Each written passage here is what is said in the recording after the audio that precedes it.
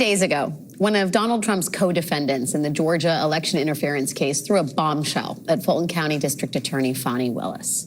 Michael Roman, a former Trump campaign official, alleged in a filing without proof that DA Willis is involved in an improper romantic relationship with special prosecutor Nathan Wade, and that her office has paid Wade an exorbitant sum of money for his services, which he in turn has used to take Fani Willis on lavish vacations. All of this without proof, I reiterate.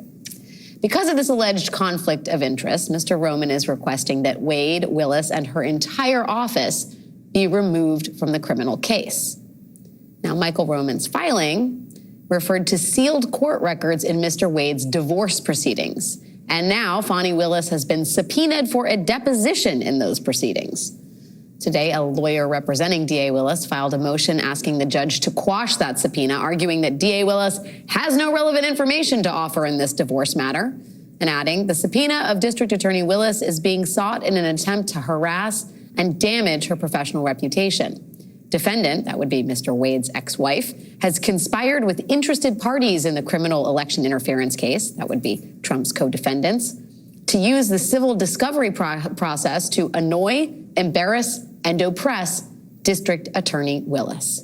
Back with me here is Melissa Murray. Melissa, it feels like the messiness of Nathan Wade's divorce proceeding is a convenient tool for these Trump co-defendants to kind of get their claws in and say, oh, these untoward behaviors are cause for dismissal. What do you make of the timing here? So this is basically the Real Housewives of Atlanta version of the Trump immunity argument. I mean, it's a distraction. It's meant to insert a new set of legal proceedings while we try and figure out whether Fani Willis has to disclose this or that, have a subpoena, whatever, and it delays the prospect of this Georgia indictment ever going to trial. That's the name of the game here. And to be very clear, I don't know what's going on between DA Willis and Nathan Wade, if anything, and none of us do, and there's been no proof offered here. But whatever is happening, it actually doesn't affect the strength of the charges against Donald Trump and any of the co-defendants that were named in that indictment. And no one can dispute that. Yeah, just to that, the sort of central allegation that Fani Willis is ensured that her paramour gets paid this exorbitant sum of money that he then uses to take her on vacations. She has not denied they are in a relationship. She has said that he's gotten paid the same as everybody else in terms of an hourly fee. He's made more money overall because he's had more billable hours.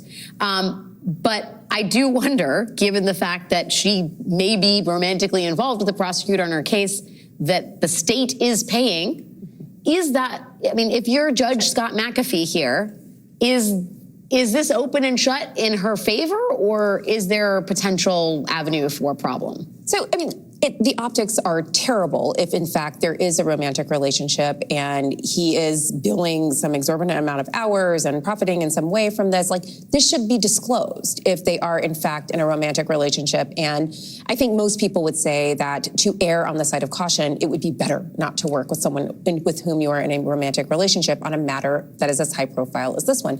But again, it doesn't undermine the charges that were brought against Donald Trump and his co-defendants. It's just messy. And maybe it's an ethical problem with regard to how the prosecutor's office is working, but it doesn't necessarily mean there are ethical problems with regard to the charges that they've brought. And I think, again, disaggregating those things is really important here. The optics are bad. It's going to be really tough sledding for Fani Willis going forward because of this, but not because of the strength of the charges she brought against them. Right. There's going to be a hearing. Some of it's going to be televised. It is going to be messy. I mean, I was surprised to learn that if for whatever reason she is ordered to step down from this case, the entire office, her entire office goes with her. So and as you new people have to come on and get onboarded, which means we're not having this trial until after the election, which means we may not have it at all. Is it a foregone conclusion that new people will take it up, or is it an open question as to whether new prosecutors would take it up? I'm presuming that there may be prosecutors who want to continue this. If there is an interim DA who takes this on and may want to continue it, but there may not be. So, I mean,